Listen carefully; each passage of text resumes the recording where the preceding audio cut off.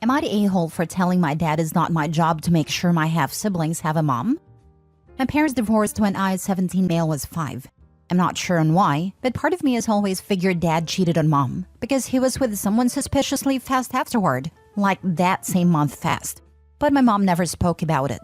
She just told me both she and dad loved me and that would never change, and I would never have to choose between my parents. My dad was in 2 live-in relationships post-divorce. When I was 7, he was with Jen and had Luna, 9, with her. And then when I was 10, he was with Bree and had Harry, 7. Jen and Bree both stopped being moms to their kids, and so my dad became a single full-time parent to my half-siblings. From that point onward, my dad has tried to convince mom she could step up and at least fill some kind of female role model relationship with them. He also corrects me into half-siblings term and says we are just siblings. And if I were to call them just my siblings, it might soften mom's heart to being a female or maternal figure for them.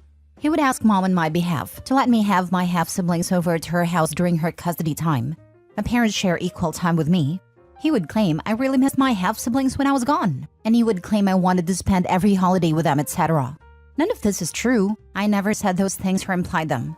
Luna is having a really hard time having no female family members. She has a dad, 2 half-brothers, and an uncle. So dad has been more forceful about mom's part in all of this lately, and now he's trying to rope me in more. He sat me down recently and told me my half-siblings deserve to have moms, and I could help them with that. I could share my mom and let them feel the love they deserve to feel. He said that I always treated them like lesser siblings. First with always using half, and then with not trying to include them in my life at my mom's house. He told me this is where my role as big brother needs to really take off. In a response, I told him it's not my job. It has never been my job to provide my half-siblings with a mom. I told him it was on him and their actual moms to do that. And I told him it was sick how he kept trying to rope my mom in. I told him to accept that he only had 1 kid with mom, and she was only obligated to care for me. His answer to that was, I was disappointing him with both my response and lack of concern for the overall well-being of my half-siblings. And he told me to do better, be better, and care more about my innocent little siblings. I told my mom about it, and she tore dad a new one for putting this on me. She told me I'm not wrong for what I said to him, but my uncle also said I could have more compassion for my innocent half-siblings. Am I the a-hole? Now for the top comments. Not the a-hole. You and your mother have no obligation to provide a mom to your half-siblings. Your father is a moron to think his first wife needs to mother his next 2 children with other women. Your uncle's opinion is irrelevant. None of this is on you. Absolutely. I wish I could upvote this a million times.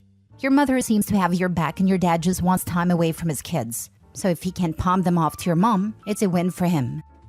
It must be cramping his style trying to find a 4th woman to have a kid with. It comes down to the fact that dad doesn't view women as individuals. He sees them as interchangeable, and based on the services they can provide and the tasks they do, like an employee, not a person and not a partner. This is probably why his relationships eventually fail. OP is not a-hole. Not the a-hole. Your siblings would be fine without a mom if your father stopped pointing out that they're missing out. Dad is just looking for a free babysitter. But dad picked the mother of these kids, and he chose poorly. That's on him, not your mom. It sounds like the best thing for you would be to just go stay with mom. Let dad figure his life out without putting any of it on you. Exactly. It is not OP nor her mother's problem nor fault that 2 out of 3 baby mamas of his are trash. And he's garbage for trying to parentify OP and dump his parental responsibilities on his first ex/OP's mom that has no legit reason, need, nor want to be a mother of his other kids except to OP who is her own. Not the a-hole. I bet OP's mother can't wait till OP is 18, so OP can go no contact on his pathetic butt. Next story. Am I the a-hole for telling my mother that she made her bed? Now she has to lay in it because she is upset that our relationship has changed? 2 years ago, my mother started dating a man. Despite expressing our reluctance to meet him, because she was serial dating we did not want to get attached, they forced the situation, making my sisters and me uncomfortable. Shortly after, he began staying over regularly. My mother's personality changed significantly after meeting him. Example, he would make disgusting comments about my mother in front of us, and she would just laugh. About a year ago, they came home after a date, and I, busy with a timed online university assignment, just shouted hello from my desk. 20 minutes later, with not a word to me or my sister, I heard the outside gate slam, and them leaving just as I finished my assignment. I went to check what was happening, but they were already gone. 10 minutes after they left, me and my sister received a horrible voice message, where my mother accused us of being disrespectful and ungrateful, and how we do not want her to be happy. She also accused us of not greeting either of them when they came inside, though we both did. She left for a week and a half, leaving us with 4 days worth of food in the freezer and no money for electricity. I ran away to get my sister to school during this week, and also no return date. She wanted us to apologize for being brats and not greeting them before she would consider coming back. When we finally talked, she insisted that we were disrespectful for not dropping everything and meeting them at the front door to greet them when they came back, and also that neither of us greeted them in any form. Not true, because I did, and I heard my sister greet them as well. They are the ones who did not respond. The house was small, so it is improbable that they didn't hear us. Mind you that this subject was never broached previous to this incident, and in all the years my mother never required us to greet her at the door like a butler. The power was running low, as well as the food, so we bit the bullet and apologized, even though we clearly weren't guilty of what she was accusing us of. My sister was still in high school, and I was a first-year uni student, so neither of us had a financial capacity to keep a household running. During this talk, I informed her that our relationship would never be the same. Recently, my mother questioned why our relationship remains distant. I reminded her that I had warned her about the lasting impact of our argument. Trust in her as a reliable parent was shattered, and I couldn't simply forget the 2 weeks she abandoned us based on false accusations. While she urged me to move on, I emphasized that she created this distance, and I couldn't force a connection that no longer existed. She's calling me an a-hole for holding this over her head. She says that she's still my mother and deserves forgiveness. But despite her being my mother, I believe the trust has been irreparably damaged. She has given me no indication that she has changed. So, am I the a-hole for what I said? Not the a-hole. Forgiveness is for people who are sorry and show that. She did a horrible thing, yet has no remorse. You should have called the cops and reported her missing and for abandoning your sibling that is a minor. Depending on where they lived and how old they were, not sure if either or both were adults considering they were in Union High School. It might not be seen as abandonment, and the police might not have been compelled to do anything. That being said, what their mom did was unforgivable. And you're right, she isn't owed forgiveness just because I'm your mother, especially if she isn't sorry. Not the a-hole. It's so convenient when the aggressor urges the person they hurt to move on, or that forgiveness is good for them. It sounds like she was done being a mom and created the opportunity to take a break and blame it on you. Utterly selfish, and her current argument shows she hasn't changed. Asking to be forgiven without an apology or indication that behavior would change is honestly pretty gross. Tells you everything you need to know about this woman. She says that she's still my mother and deserves forgiveness. Not the a-hole. Forgiveness is never deserved. She can ask for it, or ask what she must do to earn it, but it cannot be simply demanded. Mom apparently thinks that being a parent is a type of exemption from ever needing to apologize. Next story. Am I the a-hole for telling my daughter, who is facing homelessness, that only her and the baby can move in with me, not her husband? The husband has lived in their apartment for a number of years. The owners recently sold it, and the new ones are moving in. The problem is, rents have gone up dramatically. The rent they are paying is $1,100 for a one-bedroom, which I thought was a lot. But now that I'm trying to help them find a place, most are now going for around $2,000 a month or more. They can't afford this. My daughter knows she's always welcome at home. Granted, a baby complicates things. I wasn't happy about her having a baby. She's young, just turned 22, but I would never deny her housing. However, I can't stand her husband. Let's just call him Aaron for simplicity's sake. I wouldn't invite Aaron over for dinner, let alone let him live with me. Aaron's in his mid-30s. Criminal history. Hair-triggered temper. Chronically immature and has one hell of a jealous/possessive streak that has caused strain in their relationship, which I obviously do not approve of. Honestly, when she told me she was pregnant, I finally thought we'd be rid of Aaron. I genuinely thought he's exactly the kind of man to ditch. They've been on and off over and over since she was about 18 or 19. Alas, if anything, it made him cling to her tighter. They had a very rushed wedding, and this is their longest stint together without any breakups. Just over a year. There's still been a fair share of dramatics, of course, but I'm surprised they've made it this far. Even so, I simply don't want to live with Aaron. I don't like him. I don't want him around me. I'd go above and beyond for my daughter and the baby. They can stay as long as they need, but not him. Obviously, this has created a rift between my daughter and I. She doesn't want to live separately from Aaron.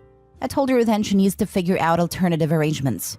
Well, their move-out date is rapidly approaching, the 15th of December, and they're still not been able to find a place, and she's panicking. She's been begging me to let them stay. I reiterated my terms. Aaron simply cannot stay here. This led to a lot of tears and some angry words, namely me being an a-hole. I can genuinely see why she might think that, but I also have to think about myself and my own sanity. Now for the top comments. If she's adult enough to get pregnant and get married, she's also adult enough to figure things out. Either she accepts her terms as it's her house, or they can stay with the friends or his family. Can't have it both ways. Not the a-hole. Unfortunately, that's not really how things work. I realize that even adults need help from time to time, sometimes a lot of help, and that's okay. Heck, I need help occasionally too. For my own sanity, my helpfulness has its own limits, and I hope my daughter will eventually understand this. I realize they're in a tough spot. The vast majority of her friends live at home still, whereas the ones that don't live with multiple roommates and aren't in a position to help. Aaron, from what I've gathered, doesn't really have family beyond a brother in another province. I know he's done a lot of work on himself, so has my daughter, and has distanced himself a great deal from his former friends. I realize their options are extremely limited, but like I said, my ability to help has its limits. Not the a-hole. It's your house and your life. You are being very generous in your offer. I get that she doesn't want to be separated from her husband, but just because he's worked on himself does not wash away all of the hurt that has caused. Stand strong. Do not be guilted into this. Not the a-hole. Aaron is a one-man communist parade. He comes with so many red flags. Man in his 30s chasing a teenager, criminal record, anger management issues, jealous/possessive/controlling. With all those, I would guess if you did allow him in the house and got a front row seat, you'd probably add some form of abuse to the list. But it's valid not to want that in your home, and living with Aaron would probably tank your mental health. In addition, if Aaron hasn't gotten his act together by now, clearly there is something going on, and he's not going to get his act together anytime soon. If you let him in, he's going to try and stay in your house as long as he can, and it's unlikely he'll leave without a fight. The best thing you could do for your daughter would be getting her to leave Aaron, but unfortunately she's not ready. Keeping this boundary and keeping your home open to her and her child only may in fact work in the long run when she's ready to leave, because she will know she has a safe place open to her. But until then, you're likely going to be kept away from your daughter and grandbaby.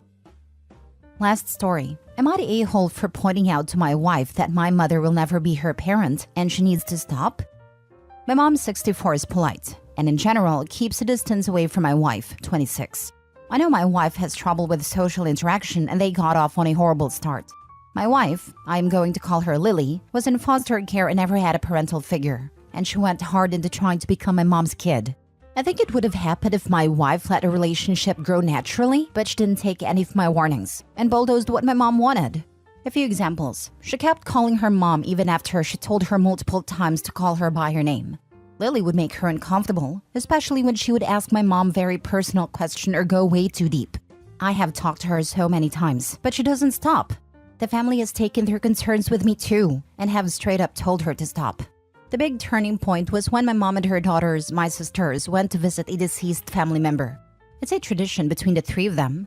Well, Lily heard about it and went.